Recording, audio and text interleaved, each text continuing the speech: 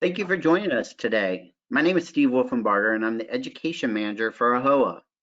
As we continue our series on the impact of the hospitality industry due to COVID-19, we're happy to welcome back Tarun Kapoor, Managing Director of Kapoor & Kapoor Hospitality. Today is the third part of his 5-part series on I Want to Win the Ball Game.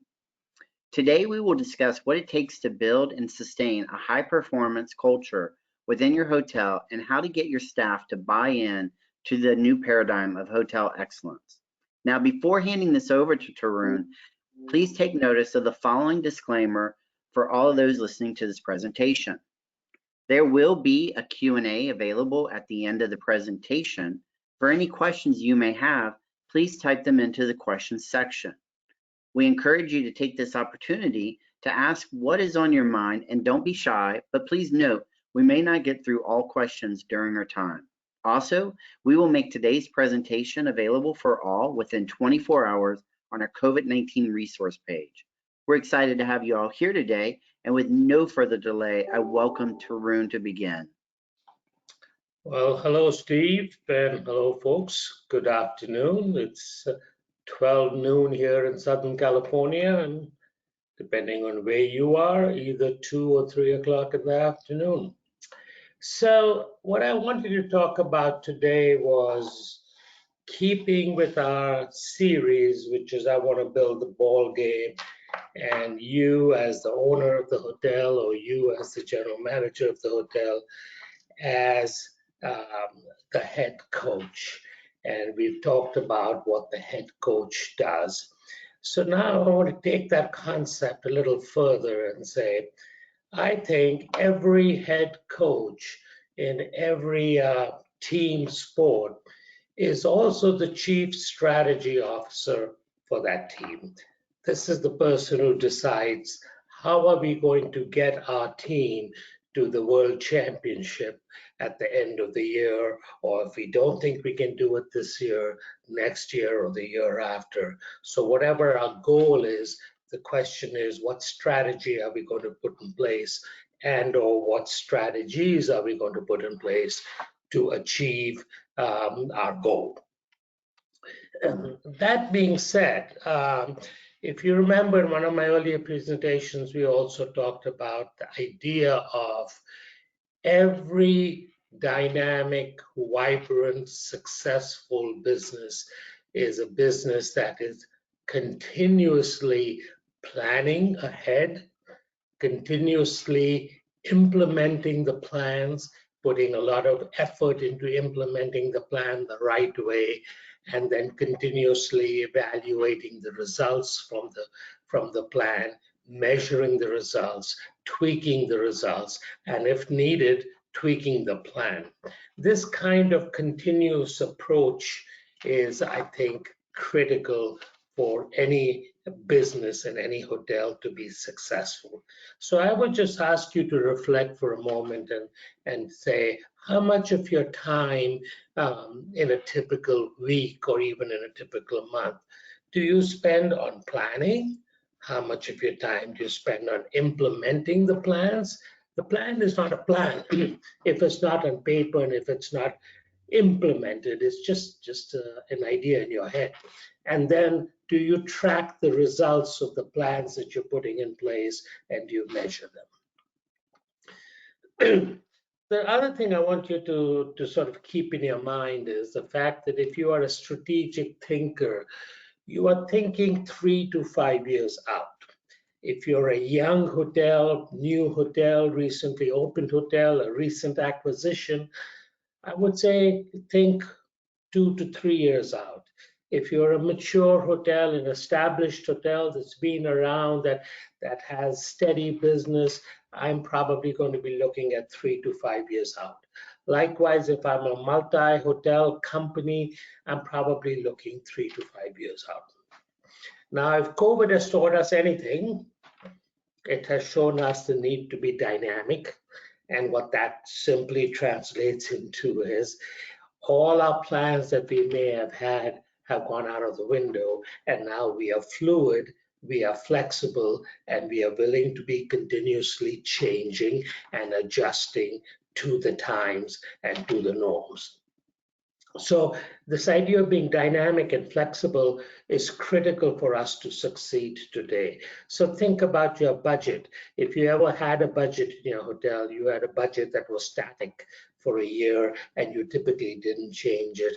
Now I'm telling all my clients, well, change your budgets, change them weekly, change them monthly, at minimum monthly, if not more frequently. The second thing is, I think that as the head coach of your business, you really need to be thinking on two fronts, if you will. A, you need to be strategic. How am I going to get to being the best hotel with the highest RevPAR index in my comp set? That's my strategic goal, to be number one in my comp set. But my tactical goals may be quite different. My tactical goals may be today is Wednesday and I'm showing a 40, 50, 60, 70% occupancy forecast for today. What can I do for today to fill it, make it 95, 100% occupancy? So I take a very tactical approach to my rates. I take a very tactical approach to how I handle my reservations when it is short term, but I'm very strategic in my rate strategy when it is long term. The last thing that I'd like to address in this slide is this idea of rolling and continuous and a waterfall. If you have a strategic plan, from that strategic plan should come your marketing plan. From that marketing plan should come your rate and revenue plan.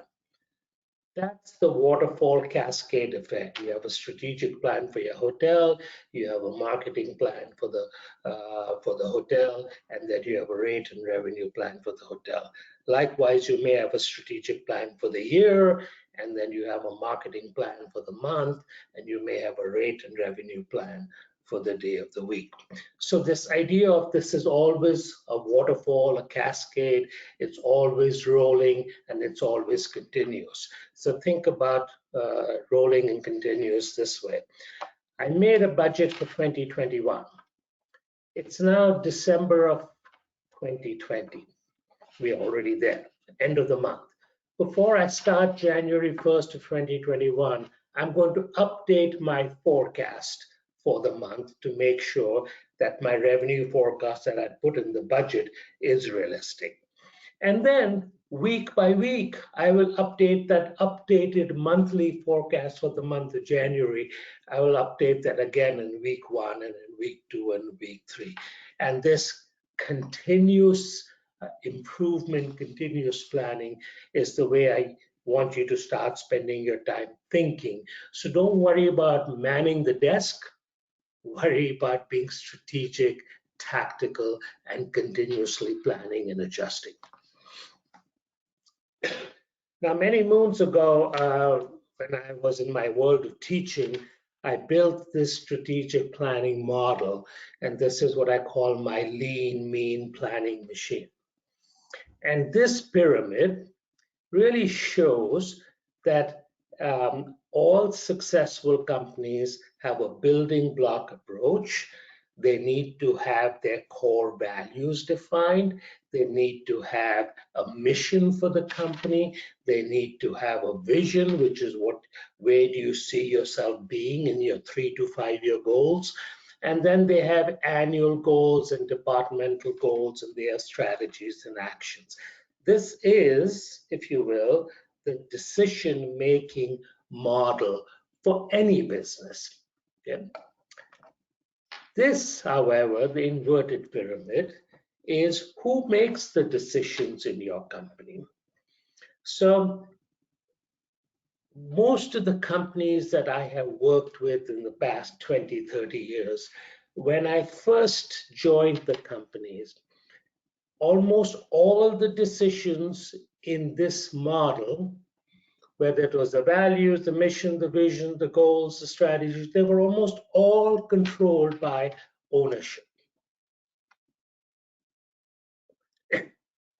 But By the time I work with my companies and I get them to think progressive and change their ways, we start to take the decision-making model and we split this decision-making model amongst who should make the decisions. And we say that the ownership should make the critical big decisions. The general manager should make the decisions, certain decisions of the hotel, and then the department heads and the staff should make other decisions. So look at it this way. When you put these two together, this was my lean, mean planning machine. And what I'm basically saying is what I'm calling the board or ownership, that ownership should be focused on the values of the company, the mission of the company, the vision of the company. So if you bought a new hotel recently, and what's your vision going to be for this hotel in terms of year 2 and year 3? Are you going to move from being number 4 or number 5 in your comp set to becoming number 1 or number 2 in your comp set? What's the mission of your company in terms of what kinds of hotels do you want to be in business for? And what are the core values of your company in terms of what do you believe in and how do you want to run your company? So, the solid line that I'm running through this, through the circle, that's the line showing the foundation of the company below the line and the structure of the company above the line. And let me put that into a metaphor. Imagine you building your hotel, and imagine you're building your hotel in a tornado zone. If the foundation of the hotel, the pad and below the pad, the basement, if there's a basement, if the foundation of the hotel is strong, that the possibility and the probability of your hotel surviving a tornado are strong. If, however, the foundation is very weak, the likelihood of the tornado doing major damage to the structure of the hotel is very high. So I believe the core values or the beliefs of the ownership, the company, the employees, the mission of the company, what kind of hotel company do I want to be, and the vision of the company, how many rooms do I want to have, what type of hotels do I want to have, etc., are the foundation of the company. So if you look at any successful companies, Indian, non-Indian, doesn't matter. Look at any successful company, you will find one thing in common in all these success stories is their core values are strong, they enforce them, their mission is clear, everybody in the organization owns it, and the vision, which is what they are trying to aspire to become, everybody knows. Now, these three areas are the responsibility, in my opinion, of the ownership, the leadership of the company. But when you get to the hotel level, and now you say, I wanted my hotel to be able to do $4 million in revenue in 2021. Well, that goal of $4 million of revenue for 2021 is really the general manager's goal. That means I want the general manager to participate in the goal making out there. Then we talk about strategies. How am I going to achieve my $4 million?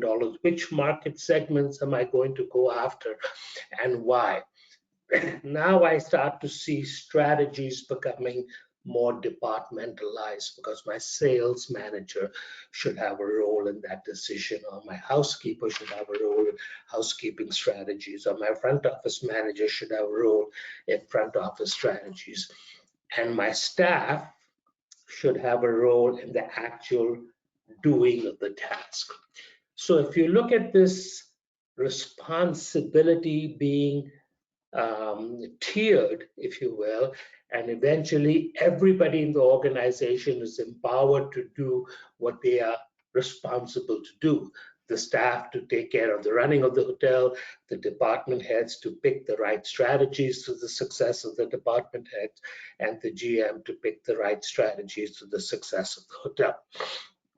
So in this environment of the decision-making pyramid and the inverted who makes the decision pyramid, What happens over a period of time is if you practice this, you create a culture of a company and you create customs and traditions that seamlessly happen over a period of time.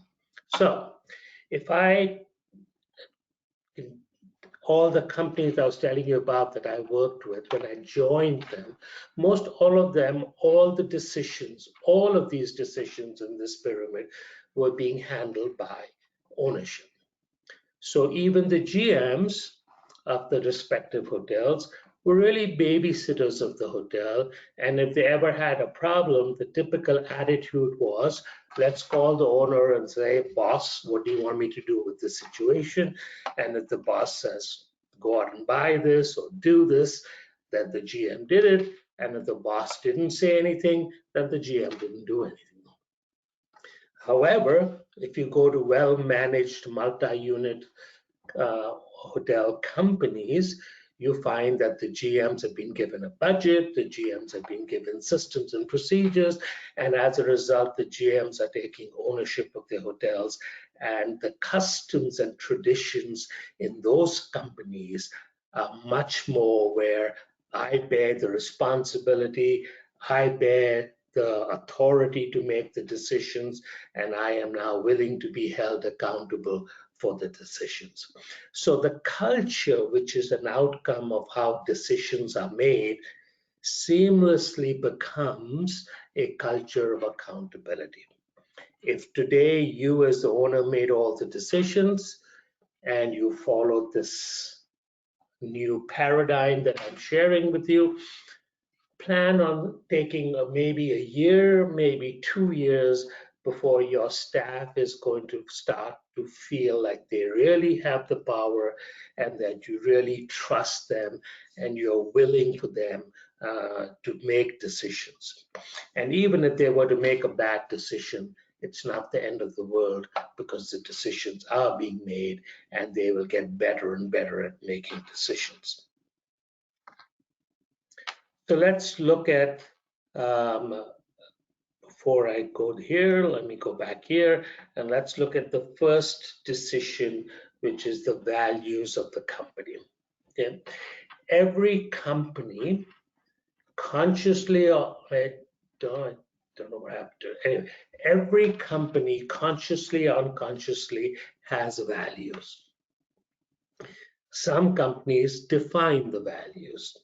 Some companies share the values. Every human being that comes to the hotel to work is bringing their own values with them. If you don't tell them what the company's values are, they are going to be inclined to practice their own values. And if their values are not consistent with what you want your hotel to be, then you are going to have a problem. So let me use the cliche example. And the cliche example is one of the values is guest satisfaction. Do you believe in guest satisfaction? And if you believe in guest satisfaction, are you willing to give your employees the power to make the decisions to satisfy the guest? So if you have a core value, in every company that I worked with that practices good values, I mean, if you look at the original major brand that introduced the idea of guest satisfaction was really Hampton Inn some 20 plus years ago. And what did they say? They say it's an unconditional guarantee. If you are not satisfied, you don't have to pay for the room. And if you, the franchisee, don't refund the money and take care of the customer, we will penalize you, the franchisee, and charge you a fine because we as a company, as a brand, believe in guest satisfaction. So whether it is guest satisfaction, whether it is associate satisfaction, whether it is the principle of accountability, whether it's the principle of transparency, these are all values that all progressive companies have articulated. In fact, you can go into many companies' websites and they put on their website what their values are and what are critical to their belief systems. Values, if articulated, will drive behavior, and behavior is what you want your associates to be doing things the way you want them to do it. So I think values are the fundamental foundation of a strong company. The next is mission. Well, what's the mission of your company as a hotel ownership group? Is it to own anything? Are you going to buy a 50-room select service or exterior corridor property? Or are you going to buy brands only? Are you going to do new builds? Are you going to do premium brands? Are you going to do boutique hotels, etc., etc., etc.?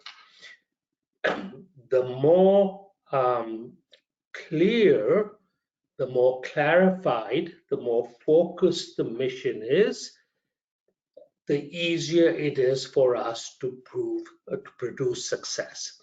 The more all over the map we are with our mission, we have a few budget hotels, we have a few mid-market hotels, we have maybe one or two full-service hotels. What does that do? The caliber of managers at the budget hotel, the caliber of managers at the full-service hotel, the caliber of managers at the corporate hotels are inconsistent.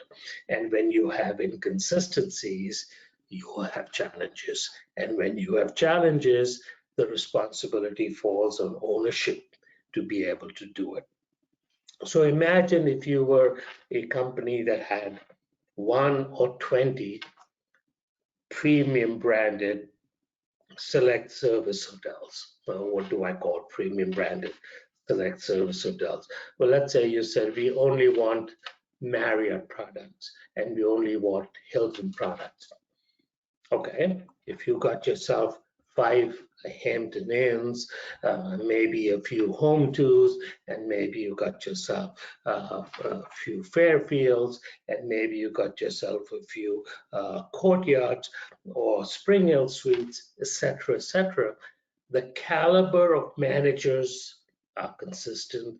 The systems that we can put in place that are compatible with the Hilton and Marriott flags are simpler. The accounting practices we put in, the sales and marketing practices we put in will all be consistent because the products that we are carrying are consistent. So mission allows us to make sure that we are not all over the map in terms of our focus, but we have a clear focus. The vision, on the other hand, is saying, what do you see your company becoming? So remember, I was talking about 3 to 5 years out. So it's now 2021 starting in a few weeks. So let's say by 2024 or 2025, what do you see your company becoming?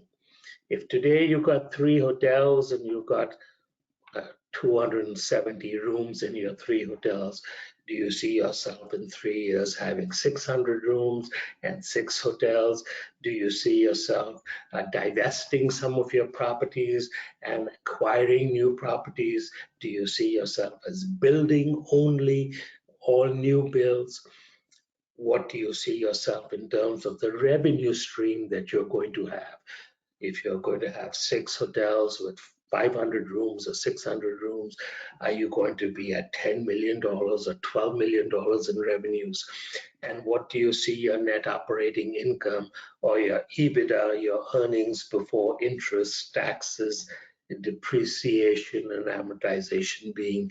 Will that be 30%, 40%, 50%? So the values, the mission and vision, which is the foundation of the company, is the obligation of the ownership. And the clearer you make it, the more consistent you make it, and the clearer you and the more you enforce it, the better your company is going to be. So if you look at this, the mission is a broad statement of what you want your company to become. Okay, so I was saying a regional company of premium branded select service hotels. Well, that's the mission of my company. It's clear, it's defined, everybody understands it. The vision. The vision is, what should I want my company to look like in the future? So maybe we want 6 hotels by 2025. Maybe we want all premium branded select service hotels. Maybe we want each hotel to be averaging $3 million a year. That puts us at $18 million. And maybe we are looking at NOI, net operating income, of 40% or 50%, as the case may be. From the vision comes the key result areas that you have to build your strategies on. So these key result areas really allow your managers now to stay focused. We typically say in a strategic plan, 5, 6, 7 key result areas are manageable. When you have too many, they get to be fairly difficult to manage. So the common key result areas in most hotel companies are accounting and finance. How are you going to do your accounting? What accounting systems are you going to put in place? What standard operating procedures are you going to put in place? How are you going to do the financing of your growth and development? Are you going to be looking at partners, investors? Are you going to put in profits from your hotel into the financing of these hotels and then looking for the lenders to lend? What are your human resource strategies going to be? At the end of the day, this, even with the unemployment as high as it is, it's a tough labor market. Finding qualified people to work in hotels. Every one of my clients today is saying they are struggling with filling the jobs. Isn't that ironic? People have been laid off. There's millions of people without jobs, but they're still not coming to our doors, which means, what are you doing from a human resource standpoint to be the employer of choice in your market amongst your comp set? What your sales and marketing strategy is going to be, that's going to position you, differentiate you from all the other hotels in your comp set. What operational strategies are you going to put in place to make your hotel operation leaner and meaner, with fewer people and higher efficiencies? And what's your growth and development strategy going to be? So, Steve, this was setting the stage for how we need to be doing strategic planning for the company. And from a clear, articulated strategic plan, we typically make an annual business plan. And the annual business plan typically has 2 components to it: the marketing plan for the hotel and the budget for the hotel. And then from that, we have action plans that we want our staff to follow, our management to follow, and our department heads to follow. So this business plan is really connected to the strategic plan. And it's that kind of focused connectivity that ensures greater success, even in the period of pandemic. I can tell you, thankfully, not a single one of my current clients has either lost a hotel or put into financial trouble. And that has nothing to do with me, I might add. It is because they have sound plans, sound strategic plans, sound business plans. So Steve, with that, I'd like to stop and maybe take questions. All right. Well, Tarun, that is excellent and good timing. We have a couple questions, and if there are additional questions, please type them in. It says here, you talk about planning. How often should you change your direction? I guess in reference to planning as things change. So, but I sort of have a contradictory response. First of all, I do believe in this day and age, we have to be fluid, we have to be flexible, we have to be dynamic. If COVID has showed us anything, that we don't control the environment, and so we have to be able to adjust. That being said, you can't put a plan in place and before you measure the results of the plan, you change it. So where I see many people getting impatient is they put a plan in place and they somehow magically expect immediate results. So if I can use my sports metaphor, and I think I used this in one of my earlier sessions, imagine if you were hired as a coach for a losing team and you were hired to come here and rebuild the team. So what are you doing? You're deciding which players you want to take out and who do you want to replace them with. So you go back into the market and you hire players, the right players that are filling gaps in your hotel. Well, even if you hired the right players, it's not the first game or the second game or the third game that they're going to magically start to score and you're going to magically start to win. You got to teach this team of people how to play together. You got to teach them to play as a team. You got to give them a strategy of how we want our team to play to be different from other teams. So to me, flexible and fluid, you have to be, but don't change before you've actually assessed the results of your changes. Then change if needed. Absolutely. And that makes sense, especially in what everyone is going through at this time. This is an interesting one. It says, how much information should we provide to our staff if we are changing budgets or goals, etc.? We don't want to scare them, but we also want to be transparent. So I think that's a beautiful question, by the way, because I think you've picked on probably one of my most favorite words, which is transparent. What transparent to me means is if you know why I am making a decision, if you understand why I chose this decision, then arguably I am transparent to you and I'm not just arbitrarily telling my employees do this or do that, but they understand the why. So you have to be transparent, but I believe if you would have asked me a year ago, I would have told you, let's make a budget in October or November for next year. And then I would have said, this budget is reasonably static. Yes, we will review it every month, but the budget is reasonably static. And let's establish any incentives or bonuses that we want to give our people tied to this static budget. Wow, now I just can't do that.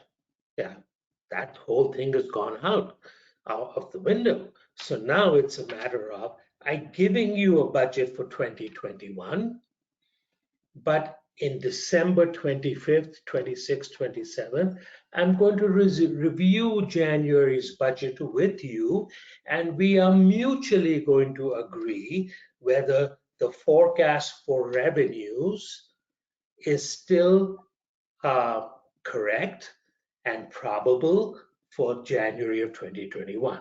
So the closer I get to January 1, the better my forecasting becomes.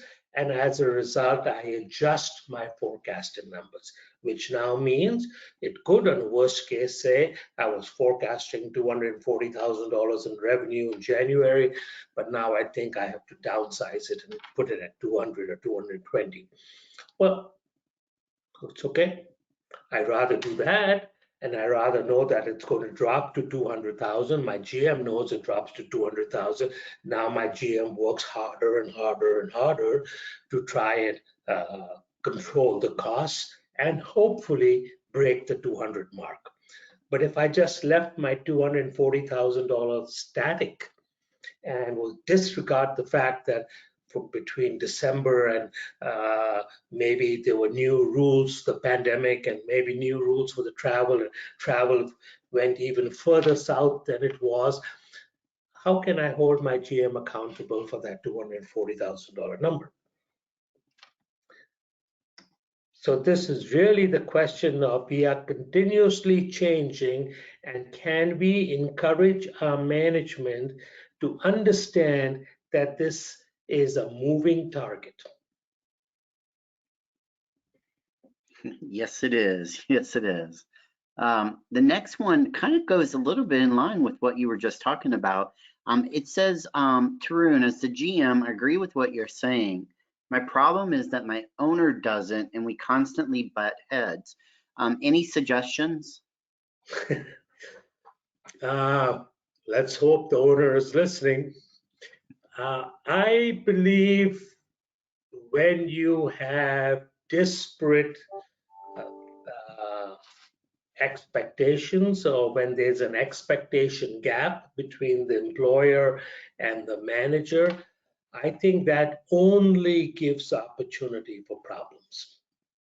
So I do believe you have to find a way to sit with your employer and to discuss the realities of whatever the gap is about. You cannot have expectation gaps. They will only create frustration and disappointment. The owner will be disappointed that his or her expectations aren't being met. You will be disappointed that the owner is not seeing your perspective. So this need to bridge this gap is critical. Absolutely. Oh, lost my spot. Sorry about that. That's all right. It says, what do you see with corporate travel and downward pricing pressure after COVID-19? I'm hearing 30% permanent drop in corporate travel. Will that affect us adversely in the economy budget segment? Well, I wish I could look in the crystal ball and tell you that travel is going to come back or not come back, and corporate travel is going to come back or not come back, etc. And what percentage dip is. I'll let the experts speak to that. But let's just assume for one moment that the 30% drop is realistic.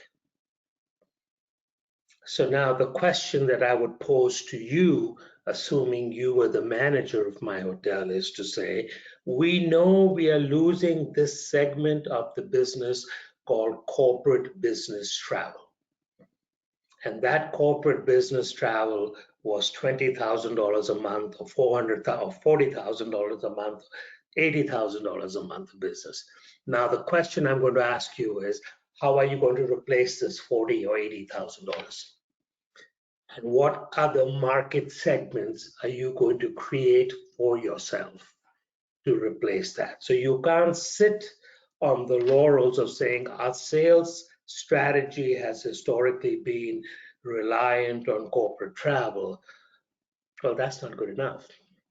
So many of my clients, for example, and I suspect some of you listening, if you are in urban markets, replaced a lot of their business travel with staycations.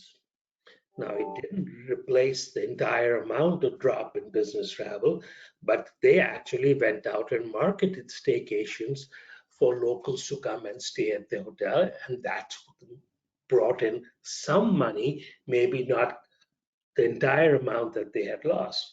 So that's just one example of what you are going to try and do, is which market segments are you going to replace with which other market segments. Excellent. Well, those are all the questions that have come in at this time. So again, we want to thank you, Tarun, for providing another excellent webinar for our members and those that are joining us today. And we want to thank Kapoor and Kapoor Hospitality for being a part of this. We also want to thank everyone who joined us.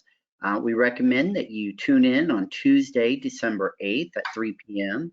for Tarun's next session, which is Getting Back to Business. I Want to Win the Ball Game, the owner GM as the hotel's chief financial officer. Feel free also to check out our AHOA COVID-19 resource page on ahoa.com for future webinars and also for past webinars we have done. Have a wonderful day, everyone, and we hope to see you all join us for future webinars and AHOA events. Thank you, Tarun. Thank you all. Goodbye. Bye.